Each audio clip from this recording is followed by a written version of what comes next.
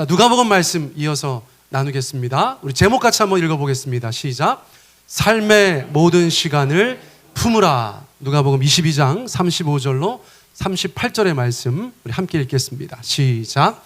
그들에게 이르시되 내가 너희를 전대와 배낭과 신발도 없이 보내었을 때에 부족한 것이 있더냐. 이르되 없었나이다. 이르시되 이제는 전대 있는 자는 가질 것이요 배낭도 그리하고 검 없는 자는 겉옷을 팔아 살지어다. 내가 너희에게 말하노니 기록된 바 그는 불법자의 동류로 여김을 받았다 한 말이 내게 이루어져야 하리니 내게 관한 일이 이루어져 가면이라. 그들이 여짜오되 주여 보소서 여기 검 둘이 있나이다. 대답하시되 족하다 하시니라. 아멘. 제가 지지난주에 캐나다 선교하고 왔는데요. 저는 그것을 선교라고 생각합니다. 그런데 다녀와서 바로 종료주일 예배였고 또 그 다음 주에는 부활절 예배 드리느라고 제가 아무 말씀도 못 드렸어요. 그래서 오늘은 설교 전반부에 잠깐 캐나다 사역 보고하고 설교를 평소보다 조금 짧게 해서 그렇게 진행하도록 하겠습니다. 기억하실지 모르겠지만 제가 그날 출발하는 날 주일에 1부 예배 드리고 또 2부 예배 드리고 그렇게 인천공항으로 급하게 갔는데 10시간 비행기를 타고 캐나다에 갔는데 놀라운 것을 경험했어요. 갔더니 또 주일이야. 너무 무서웠어요. 근데 제 제자 후배 목회자가 하나 있는데 이제 밴쿠버에서 목회하고 있습니다. 그 교회에서 사전에 저 밴쿠버 가는 거 알고 오후에 예배 드리니까 조금 무리가 돼도 공항에서 바로 오셔서 설교해 주시면 좋겠다. 그래서 제가 그 교회 가서 설교하고 있는 장면입니다. 성공회 교회를 빌려서 오후에 그렇게 예배 드리고 있었어요. 한 20명 모이는 작은 교회였는데 제가 그곳에 가서 하나님의 말씀을 나눌 수가 있었습니다. 그 다음 날 제가 이제 밴쿠버에 있는 10대들, 우리 중학생들, 고등학생들 모인 집회에 가서 말씀으로 섬기게 되었어요. 많이 모였죠. 이게 이제 뭐 지역이 한번 뒤집어지는 일이에요. 10대들만 저만큼 모이니까 이제 관련된 교회와 관련된 가정들이 얼마나 많았겠습니까? 그분들이 다 저 코스타 집회를 위해서 기도해 주셔서 3일 동안 정말 제가 집회 경험이 좀 많은 편인데 굉장히 특별한 경험을 했다. 그렇게 말씀드릴 수 있겠어요. 저부터도 많이 은혜 받았고 정말 현지에 계신 분들이 이런 집회가 정말 오랜만이다 또는 정말 처음이다 그렇게 말씀하시는 분들이 굉장히 많았어요. 저녁에는 이제 학부모들도 오셔가지고 2층까지 가득 하니까요. 너무나 뜨거운 집회였다고 그렇게 회상할 수 있겠어요. 북미권에 있는 젊은이들이어서 그런지 몰라도 예배를 이렇게 기획한다고 할까요? 정말 뭐 콘서트를 방불하게 하는 그런 찬양 집회를 드리고 또 뜨겁게 기도하는 모습이 참 도전이 되었다. 그렇게 말씀을 드리겠습니다. 제가 마지막 날 2층에서 찍은 사진인데 우리 청소년들 다 무대 앞으로 나아가서 그렇게 하나님 앞에 뜨겁게 찬양하고 기도하는 모습을 담을 수가 있었습니다. 뭐 평소에 기도하겠어요. 우리 애들하고 똑같은 애들인데 그렇죠? 그런데 저런 자리에서 특별한 은혜를 받고 그것이 또 좋은 계기가 되어서 주님 앞에 새롭게 다짐하고 각자의 삶의 자리로 돌아가는 것을 볼 수 있었어요. 또 기도하는 것인데 얼마나 뜨겁게 기도하는지 저도 막 마음이 너무 좋아가지고요. 저 강당을 막 여기저기 다니면서 하나님께서 마음에 인도하시고 감동 주시는 아이들 다 기도했어요. 뭐 100명, 200명 안수한 것 같아요. 그런데 뭐 다니다 보니까 이게 막 의자가 있고 애들이 나와 있으니까 다닐 수가 없잖아요. 제가 막 의자 막 넘어다니면서 그렇게 기도하고 돌아왔습니다. 저는 첫날 저녁 집회와 마지막 날 오전 집회, 전체 집회 2번 섬겼어요. 그리고 나서 세미나를 3번 인도했습니다. 하나님을 경험하는 삶, 돌아오는 화요일부터 저희가 시작하는데 그거를 이렇게 요약해서 우리 아이들에게 3번 세미나 똑같은 것을 가지고 인도했어요. 애들이 세미나 끝나면 이렇게 와서 사진 찍자고 합니다. 그렇죠? 찍어줘야 돼요? 안 찍어줘야 돼요? 찍어줘야죠. 뭐 제가 연예인병 걸려서 그런 게 아니라 애들이 와가지고 목사님 사진 한번 찍어주세요 그러면 찍어주는 거죠. 그래서 이렇게 귀여운 척하고 사진 여러 번 찍었습니다. 또 현지의 목사님들, 전도사님들, 또 선생님들 대상으로 세미나도 한번 인도하였어요. 그런 일들을 하고 돌아왔다. 제가 말씀을 드리는 것입니다. 강사님들인데 이번엔 어떻게 된 것인지 여성 강사님은 한 분도 없으셨어요. 본부에서 가신 목사님, 그리고 한국에서 간 사람 저 하나이고요. 나머지 분들은 미국하고 캐나다에서 그렇게 오신 분들인데 다른 설교자들은 다 영어로 설교했습니다. 영어가 더 편한 분도 계시고 영어나 한국말이나 다 편한 분도 계시고 저처럼 한국말이 편한 사람도 있고. 근데 정말 신기한 걸 경험했는데 제가 설교할 때 분위기가 제일 좋았던 것 같아요. 왜 그런지 모르겠어요. 한국말로 제가 했는데 제가 설교할 때 분위기 제일 좋았던 것 같아요. 뭐 제가 하는 얘기가 아니라 남들이 그렇게 얘기해서 제가 뭐 그런 줄 알고 있죠. 어쨌거나 저 가운데 앉아 있는 분이 유영광 집사님이라고 오페라 가수래요. 우리 박서연 집사님도 저희 교회 계시지만 저분도 유명하시다고 하더라고요. 서울대 성악과 수석 졸업해가지고 뭐 한국을 빛낸 무슨 사람으로 유퀴즈에 나왔었대요. 그런데 제가 저분하고 특송했습니다. 할렐루야. 요 얘기 하려고 앞에 거 계속 얘기한 거예요. 그래가지고 뭐 아이들한테 큰 격려가 되는 거죠. 그렇죠? 아이들 장기자랑할 때 심사위원들이 점수 집계하는 그 타이밍에 두 사람이 나가서 잠깐 준비해가지고 그렇게 특송했는데 애들이 또 좋아하더라고요. 애들 좋아하면 하는 거예요. 그래서 제가 그렇게 캐나다 사역을 마치고 돌아왔다. 그렇게 말씀드릴 수 있어요. 제가 190만 원 정도 썼습니다. 190만 원 정도. 그런데 하나님께서 190만 원 정도 후원금을 받게 하셨어요. 할렐루야. 얼마나 감사합니까? 제가 지난번에도 말씀드렸는데 저는 제 돈을 쓰겠습니다. 자비랑으로 가겠습니다. 그렇게 말씀드렸지만 하나님께서는 마음만 받겠다. 그렇게 말씀하셔서 제가 잘 다녀왔어요. 그리고 나서 오늘 본문의 첫 번째 구절로 이어지는데 얼마나 자연스러운지 몰라요. 여러분, 하나님께서 그 제자들을 보내실 때마다 공급하십니까? 공급하지 않으십니까? 자기 잘 먹고 잘 살려고 하는 것이 아니라 하나님의 나라 위에서, 그분의 복음 전파 위에서 사역하는 자들 가운데 주님께서 공급하시죠. 여러분, 제자들에게 그거 말씀하신 거예요.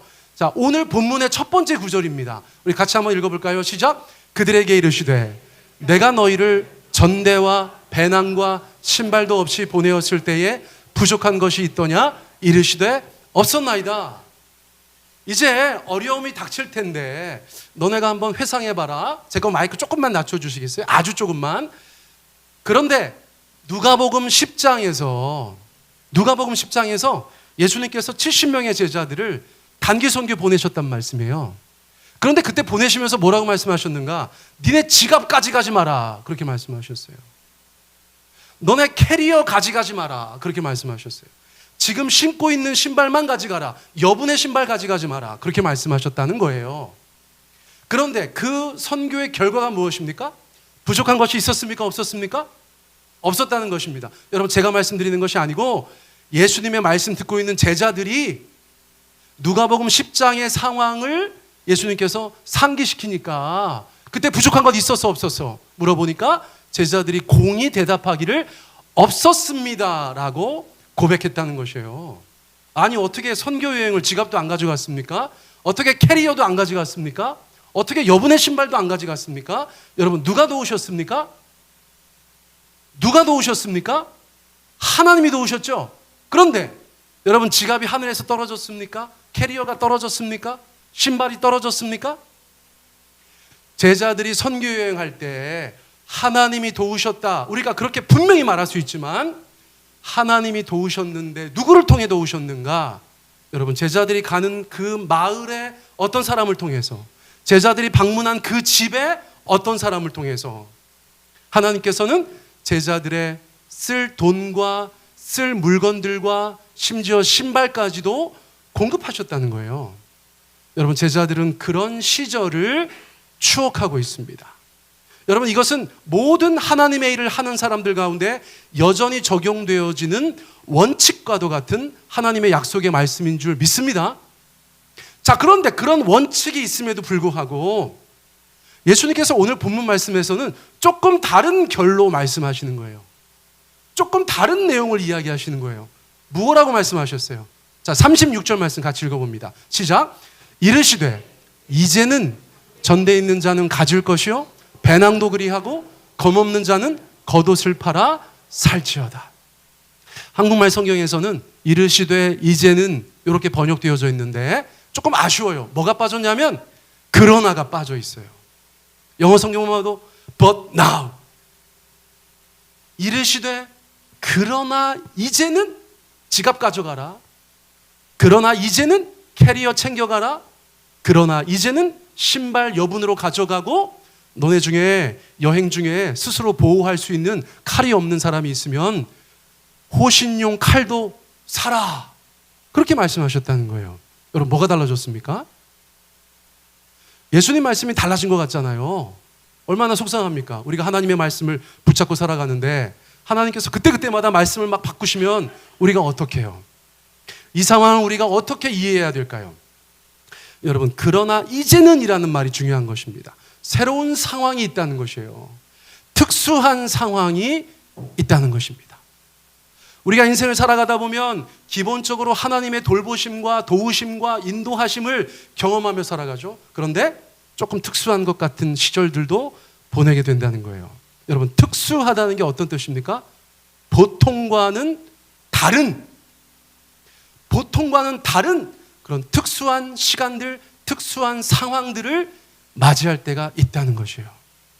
예수님께서 제자들에게 말씀하고 계신데 제자들은 어떤 특수한 상황을 맞이하게 됩니까? 31절에 이미 말씀하셨죠. 우리 같이 읽습니다. 시작. 시몬아 시몬아 보라 사탄이 너희를 밀가부르듯 하려고 요구하였으나.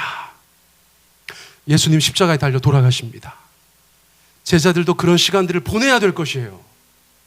여러분 밀가부르듯 하는 혼란의 시간이 제자들 앞에 다가오고 있다는 것이에요. 늘 있었던 것이 아닙니다. 여러분 예수님과 함께 너무나 행복하게 교제하면서 지난 세월들을 보냈어요.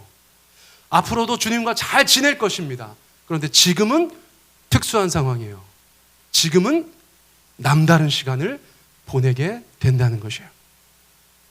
우리 모두가 신앙생활 하다 보면 인생을 살아가다 보면 여러분 그런 상황들을 맞이할 때가 있습니다.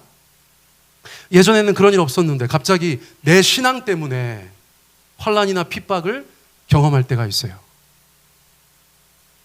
영적인 침체를 경험할 때가 있어요. 늘 주님을 확신하며 살았는데 어느 순간에 회의감이 들 때가 있을 수 있어요. 늘 열정적으로 주님 앞에 말씀과 기도 가까이 하면서 하나님의 응답하심을 경험하며 살았는데 어느 때는 신앙이 무력하다고 느껴질 때가 있어요.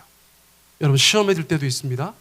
시험에 드는 것은 별거 아닌 것에서 시작해요. 여러분 저희 교회는 정착하신 분들이 떠난 분들보다 많으니까 이렇게 성장해 있는 것이지만 11년쯤 되다 보니까 떠난 분도 제법 많아요. 예전의 명단이나 예전의 사진 보면 제법 많은 분들이 떠나셨구나 그런 걸 알게 돼요. 그런데 그 중에서 어떤 분들은 시험 들어서 떠나셨어요. 그러면 누가 뭘 되게 잘못했는가? 여러분 누구 한 분 그렇게 표정 안 좋게 교회 떠나시면 목사는 1년 내내 그 생각해요. 바둑 두는 분들이 복귀하듯이 어느 포인트가 잘못됐지? 어떤 사건이 있었을까? 무슨 일 때문에 마음이 상하셨을까? 그런 거 돌아보거든요. 그런데 때로는 이유를 찾지 못할 때도 있어요. 예를 들면 지금 생각나는 분이 한 분 계신데 그분이 어느 날 저한테 찾아오셔서 그렇게 말씀하셨어요. 지금은 정말 다른 교회 가셨지만 목사님 그 새벽 예배 때 왜 카메라를 정면에 안 두시고 옆에 두시고 설교를 하세요? 저한테 그렇게 말씀하셨던 분이 계세요. 여러분 어떻게 생각하세요? 여러분 제가 왜 카메라를 정면에 안 뒀을 것 같으세요? 생각해 보세요. 제 얼굴이 크게 나와서 그랬어요. 아니 앞에 놓고 이렇게 보니까요 막 이만한 거예요. 제가 얼굴에 자신이 없잖아요. 정상화 목사님은 보니까 앞에 놓고 하시더라고요. 자신이 있으신가 봐. 근데 저는 아니었어요. 그래서 이렇게 옆에 놓고 살짝 이렇게 비스듬히 쳐다보면서 설교했는데 어느 날 와가지고 이제 그걸 가지고 마음이 불편하다고 하시는 거예요. 그러면 목사는 금방 압니다. 이분이 뭔가 시험에 들었구나. 여러분 그거 앞에 놓든 옆에 놓든 위에 놓든 아래에 놓든 하등 중요한 거 아니에요. 그런데 그게 문제가 되고 있다 그 마음에 여러분 그거는 시험에 든 거예요. 여러분 잘 이겨내시기를 축복합니다.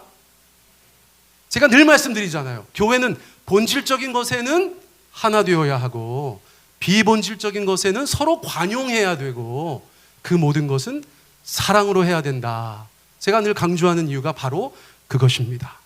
여러분 어느 날 온라인 새벽 예배 들어왔는데 제가 카메라를 어디다 두었든지 간에 여러분 시험 받지 마시고 그냥 눈 질끈 감으시고 귀로만 들으셔도 되고 할렐루야. 야, 그런 것들이 시험되지 않는 우리 그런 분들 되셨으면 좋겠어요. 그런데 살다 보면 그런 날도 있다는 것입니다. 이전과 다른 경제적인 어려움에 처할 때도 있습니다. 이전에는 젊었습니다. 건강했습니다. 활기찼습니다. 그런데 건강의 문제들이 생길 때도 있어요. 여러분 저도 가끔씩 제가 기도 제목 드리잖아요. 저도 건강의 문제가 생길 때가 있어요. 우리의 가정에서, 우리의 일터에서, 우리의 학교에서 정말 많은 일들이 우리의 삶 가운데 특수하게 다가와서 우리를 어렵게 할 때가 있다는 것입니다. 남녀노소 불문하고 인간관계 너무 어려워요. 너무 버거워요. 갈등이 있습니다. 불화가 있습니다. 그렇게 말하는 분들이 얼마나 많은지 몰라요.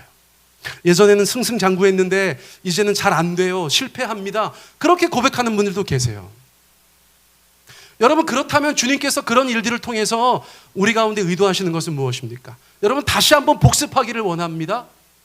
32절에 예수님의 기도 제목이 있다고 말씀드렸어요. 다시 한번 읽습니다. 시작. 그러나 내가 너를 위하여 내 믿음이 떨어지지 않기를 기도하였노니 너는 돌이킨 후에 내 형제를 굳게 하라. 이 특수한 상황을 없게 하시면 좋겠는데 예수님께서는 그렇게 말씀하지 않으시고 이 상황은 어쩔 수 없는데 내가 너희를 위해서 기도하겠다. 떨어지지 마라. 포기하지 마라. 끊어지지 마라. 그 믿음 계속 가지고 있어라. 그렇게 말씀하시고 나서 돌이키게 될 거야. 회복되게 될 거야.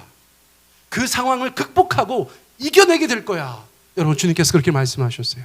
그리고 나서는 이전과 다른 차원으로, 이전과 다른 수준으로, 다른 경지로 나아가서 나 한 사람 어떻게 하지 못해서 어려웠던 그런 사람이 아니라 다른 사람 도와주는 그런 성숙되고 성장된 모습으로 주님 앞에 서 있을 거야. 여러분 예수님께서 그렇게 말씀해 주셨다는 거예요. 그러면 우리는 그렇게 말하죠. 왜 그런 과정을 꼭 거쳐야만 합니까? 여러분 제가 이런 격언을 소개하고 싶어요. 같이 한번 읽어볼까요? 시작. 잔잔한 바다는 결코 능숙한 뱃사람을 만들지 못한다. 여러분 1년 12달 파도치지 않는 바다를 상상해 보세요. 거기에서 항해하는 뱃사람을 상상해 보세요. 그 사람은 어떤 뱃사람일까요? 능숙할 수가 없어요. 능숙할 수가 없어요. 그런데 우리가 알고 있는 것처럼 때로는 날씨가 좋지만 때로는 비바람이 불기도 하고 때로는 큰 파도가 일기도 하는 그런 바다에서 항해했던 사람은 어떤 뱃사람이 되어 있을까요? 여러분 능숙한 사람이 되어 있는 거예요. 능숙한 사람이 되어져 있는 거예요. 하나님은 우리가 온실 속 화초 같은 인생, 그런 신자가 되는 것을 원치 않으시는 것 같아요. 여러분 과거에 저희가 대교리에 있을 때 여러분 교회 마당에서 바라보면 밭이건 논이건 다 보였거든요. 1년 12달 거기서 생활하다 보면 급변하는 날씨를 날마다 볼 수 있었거든요. 어느 날은 굉장히 날이 좋습니다. 정말 기가 막히게 참 아름다워라 주님의 세계는 그 찬송가가 막 터져 나오듯이 그렇게 날씨 좋을 때도 있어요. 그런데 해가 없는 날도 있습니다. 여러분 비가 오는 날도 있습니다. 비가 며칠째 오기도 합니다. 바람이 아주 세게 불기도 합니다. 날이 너무 추운 날도 있어요. 여러분 하천이 막 넘쳐서 밭에 들어가는 것도 본 적이 있어요. 여러분 그런 많은 날씨들을 다 견딘 곡식이 가을에 아름답게 열매 맺는 것을 볼 때 야 인생이 저렇구나. 여러분 우리 마음 가운데서 그런 생각이 절로 든다는 것이에요. 사랑하는 성도님들, 우리의 인생이 잔잔한 바다가 아닐 거예요. 여러분 우리의 삶이 잔잔한 바다이어야 하지 않습니다. 그 잔잔한 바다는 우리를 망칩니다. 여러분 이 역동적인 바다가 우리의 인격을 성숙시키고 신자로서 우리를 더욱더 성숙하게 만든다는 것을 여러분들께서 인정하셔야 되는 줄 알아요. 여러분 자녀 세대도 마찬가지입니다. 여러분 제가 자식들 고생하라고 기도하는 분은 이제껏 36년 교회 다니면서 본 적이 없어요. 여러분 기도하진 않지만 때로 우리 자녀들 가운데 어려움이 있을 때 여러분 그것이 나쁜 것이 아니라는 것을 아시기 바랍니다. 그 아이들 온실 속 화초같이 자라면은요 나중에 큰일 나요. 여러분 적당히 잘해 주십시오. 하나님은 우리를 보호하시는 하나님이시지만 하나님은 우리를 과보호하지 않으시더라고요. 여러분 우리가 우리 자녀들을 보호해야 되는 줄 압니다. 근데 절대 과보호하시면 안 돼요. 아이를 망쳐요. 물을 덜 줘서 죽는 화분보다 물을 많이 줘서 죽는 화분이 많다는 거 아니에요. 여러분 아이들의 삶의 자리에 풍랑이 일 때 기도하시길 바랍니다. 주님께서 잘 인도해 주실 것을 믿고 중보하시기 바랍니다. 그리고 그 모든 것들을 극복하고 성장하고 성숙하고 대견해지고 철들고 여러분 주 안에서 아주 강인한 인격으로 신자로 성숙하는 모습을 우리가 봐야 되지 않겠습니까? 특별히 제가 이렇게 목회하다 보니까 제가 고등부 때 고등부 전도사로 시작했잖아요. 우리 엄마들이 청소년 남자아이에 대해서 항상 불안해한다는 것을 제가 잘 알아요. 죄송합니다. 저는 아들이 없으니까 이렇게 말한다고 하실 수 있어요? 그런데 저의 경험이에요. 우리 아이들 다 잘 크고 있어요. 걱정하지 마세요. 할렐루야. 아멘을 아무도 안 하시네. 뭐 잘못된다고 해야 되는 거예요 지금? 여러분 아이들 다 잘 크고 있어요. 아멘. 아멘. 기도만 하세요. 사랑으로 대해주세요. 따뜻하게 안아주세요.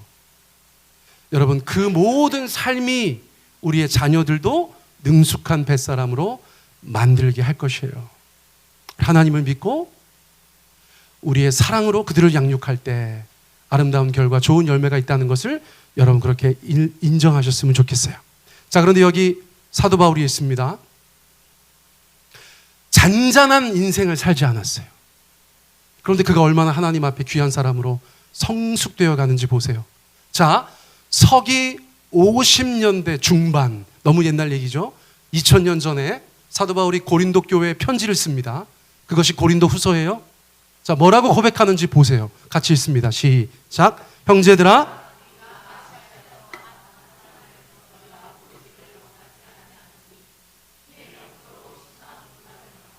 사할 소망까지 끊어지고 우리는 우리 자신이 사형 선고를 받은 줄 알았으니 이는 우리로 자기를 의지하지 말고 오직 죽은 자를 살리시는 하나님만 의지하게 하심이라. 사도 바울 하나님의 사람입니다. 구원받은 사람입니다. 부름받은 사람입니다. 하나님이 늘 보호하셨어요? 인도하셨어요? 그런 인생인데 잔잔하지만은 않았다는 거예요. 저 시대에는 뭐라고 고백하는가? 내가 환난을 당했다. 어떤 환난인가? 힘에 겹도록 심한 고난을 당했다. 어느 정도였는가? 살 소망까지 끊어졌다. 그래서 스스로 사형 선고를 받은 줄 알았다. 그렇게 고백하고 있어요. 그런데 깨달음도 있었습니다. 여러분 어떤 깨달음입니까?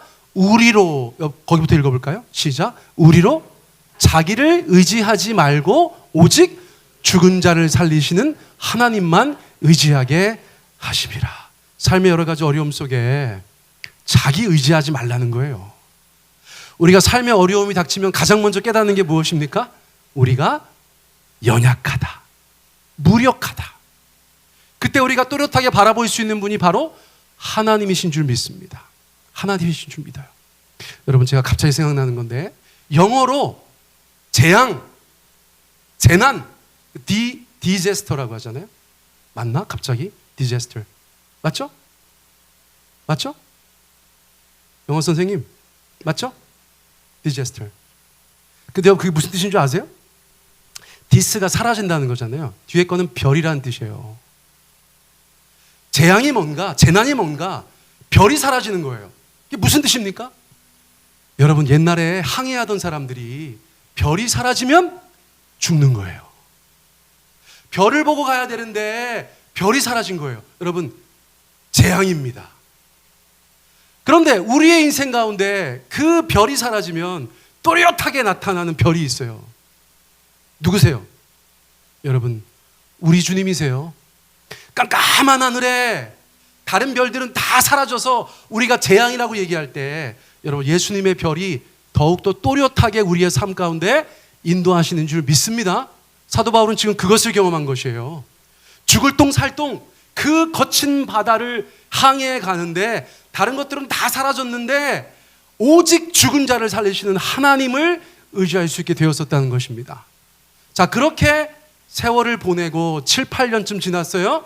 빌립보서를 쓸 때는 서기 60년대 초반입니다. 자, 6, 7년, 7, 8년 지났어요. 어떻게 고백합니까? 여러분 세번역 성경으로 같이 한번 읽어보세요. 시작. 나는 비천하게 살 줄도 알고 풍족하게 살 줄도 압니다. 배부르거나 굶주리거나 풍족하거나 궁핍하거나 그 어떤 경우에도 적응할 수 있는 비결을 배웠습니다. 나에게 능력을 주시는 분 안에서 나는 모든 것을 할 수 있습니다. 풍랑이는 바다를 늘 하나님 의지하여서 통과하고 여러분 그렇게 내면에 근력이 생기다 보니까 어떻게 고백하는 거예요? 다 괜찮다 나는 풍부에 처할 줄도 알고 비천에 처할 줄도 안다. 어떠한 경우에도 적응하고 감사할 수 있는 일체의 비결을 배웠다고 사도 바울이 고백하고 있는 것이에요. 그 끝에 그 유명한 말씀, 내게 능력 주시는 자 안에서 내가 모든 것을 할 수 있습니다 라는 사도 바울의 고백이 터져나온 것입니다. 여러분 삶의 어려움은 때로 우리 가운데 찾아와서 불청객같이 느껴지지만 우리를 주님 앞에 연단하고 능숙한 인생의 뱃사람으로 만들어 간다는 것을 결코 잊으셔서는 안 돼요. 여러분 이것을 인정하지 않는 분들은 신앙생활 하다가 정말 시험 드세요. 우리가 기대했던 하나님, 내가 상상했던 하나님의 역사가 아니라고 생각하는 거죠. 그런데 풍랑이는 바다도 하나님의 역사인 줄 믿으시기 바랍니다. 그 모든 것들을 통해서 우리를 새롭게 하시는 거예요. 여러분 그렇게 생각하면 우리의 인생 가운데 모든 시간들은 버릴 것이 없는 시간들인 줄 믿습니다. 여러분 전도서의 말씀 제가 너무 좋아해요. 전도서 3장 2절로 8절 조금 길지만 우리가 같이 읽어볼 때 여러분 천천히 읽으시면 좋겠어요. 잘 생각해 보시면서 읽으세요. 자, 시작. 날 때가 있고 죽을 때가 있으며 심을 때가 있고 심은 것을 뽑을 때가 있으며 죽일 때가 있고 치료할 때가 있으며 헐 때가 있고 세울 때가 있으며 울 때가 있고 웃을 때가 있으며 슬퍼할 때가 있고 춤출 때가 있으며 돌을 던져버릴 때가 있고 돌을 거둘 때가 있으며 안을 때가 있고 앉는 일을 멀리할 때가 있으며 찾을 때가 있고 잃을 때가 있으며 지킬 때가 있고 버릴 때가 있으며 찢을 때가 있고 꿰맬 때가 있으며 잠잠할 때가 있고 말할 때가 있으며 사랑할 때가 있고 미워할 때가 있으며 전쟁할 때가 있고 평화할 때가 있느니라. 여러분 이 말씀을 오늘 일부 예배 때 읽었거든요. 일부 예배에 누가 오셨다고 말씀드렸어요. 저희 교회에서 어쨌거나 연세 제일 많으신 러시아 목장 목원들 다 와 계셨거든요. 전도서 말씀 읽으시면서 다들 고개를 끄덕끄덕 하시더라고요. 오늘 3부 예배 때는 별 반응이 없을 줄 믿습니다. 청소년 청년들한테 이런 거 읽어봤자 아무런 감흥이 없어요. 그러나 우리 2부 예배자들만 해도 마음에 동의가 되시죠? 여러분 인생은 이럴 때도 있고 저럴 때도 있는 거예요. 그런데 그 모든 것을 우리가 하나님 아버지 앞에 의미를 두고 감사하게 품어야 되는 줄 믿습니다. 전대도 가져가지 말아라, 배낭도 가져가지 말아라, 신발도 가져가지 말아라 그렇게 말씀하셨던 분도 우리 주님이고, 그러나 이제는 지갑도 챙겨라, 캐리어도 챙겨라, 신발도 챙겨라, 검도 있으면 챙겨라 그렇게 말씀하시는 분도 우리 주님이신 줄 믿습니다. 그런데 그 모든 시간들이 우리 안에서 녹아져서 우리를 하나님 앞에 참 자녀로 만들고 세상 앞에 참 신자로 만들고 더욱더 인격적으로 신앙적으로 성숙한 사람들로 빚어가게 된다는 것이에요. 그러므로 그 모든 시간들 우리가 주님 앞에 감사함으로 품게 되기를 원해요. 여러분 이 말씀으로 오늘 설교를 마치겠습니다. 우리 함께 읽습니다. 시작. 우리가 처음 믿을 때에 가졌던 확신을 끝까지 가지고 있으면 우리는 그리스도께서 주시는 구원을 함께 누리는 사람이 될 것입니다. 뭐 하나님 중간에 뭐 달라진 것 같아. 말씀을 바꾸신 것 같아. 예전하고 다른 상황이야. 여러분 그렇게 생각하지 마시고, 인생은 그런 거야. 이런 때도 있고 저런 때도 있어. 그런데 그 모든 순간들을 나는 그리스도 안에서 신앙으로 품고 내 안에서 아름답고 의미 있는 진주가 탄생하도록 만들 거야. 여러분 그런 각오와 삶에 대한 태도를 가지고 처음 믿을 때 가졌던 그 확신, 할렐루야, 여러분 그 확신을 끝까지 가지고 가시는 저와 여러분 되기를 우리 주님의 이름으로 축복합니다. 아멘. 이 시간 우리가 주님 앞에 함께 기도하겠어요. 여러분 기도하실 때 이 말씀을 들으시면서 어떤 것이 은혜가 되셨어요? 어떤 것이 도전이 되셨어요? 어떤 새로운 깨달음이 있으셨어요? 여러분 그것을 기도 제목 삼아서 우리가 주님 앞에 기도드렸으면 좋겠습니다. 동시에 자녀들이 있는 분들께서는 그대로 우리 자녀들을 위해서 기도해 주시기를 바라요. 하나님, 우리가 늘 자녀들 잘 되기만을 기도하지만 그들의 삶에 때로는 잔잔하지 않은 바다가 필요한 것을 인정합니다. 하나님 그들의 삶을 인도하여 주십시오. 보호하여 주십시오. 하나님께서 동행하여 주십시오. 그 모든 것 가운데 주께서 온전히 주님의 뜻을 이루어 주십시오. 우리 그렇게 주님 앞에 기도 드렸으면 좋겠습니다. 우리 말씀 가지고 우리 2, 3분 정도 우리 합심하여 함께 기도하도록 하겠습니다. 함께 기도합니다. 사랑의 하나님 아버지 감사합니다. 이 시간 주님께서 우리 가운데 말씀 주신 것에 감사 찬양을 드립니다. 아버지 하나님, 주만 바라보는 저희들 다 될 수 있도록 주께서 함께하여 주시고 인도하여 주시기를 간절히 원합니다. 하나님 아버지, 그러나 이제는 주님께서 아버지 새로운 시간들을 준비하라고 말씀하십니다. 새로운 시간들을 아버지 대비하라고 말씀하십니다. 아버지 그런 기간들도 저희 가운데 필요하다는 것을 저희들이 인정하게 하여 주시고 아버지 그 모든 시간들로 주님 앞에 나아가 아버지 앞에 기도하게 하여 주시고